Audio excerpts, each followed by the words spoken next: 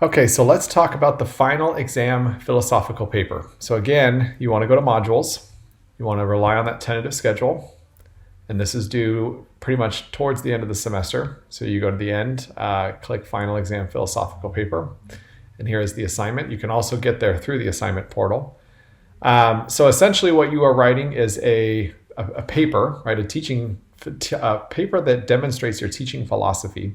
And that philosophy should be centered on things that you've learned in this course. And so you're kind of demonstrating in a paper what you've learned in this course. And it should be, as you can see in this description here, no longer than 7 typed pages. You want to refer back to my, my standards and my requirements for written paper. So, double space, 12-point font, that whole requirement list. And then you want to use these questions, which are aligned to the course topics, to answer in your paper.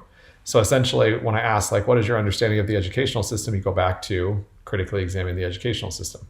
How will you work to influence positive change in that system? You want to write that up, right? And so you're sharing what you've learned from this class and your now philosophy and beliefs in relation to those core content areas.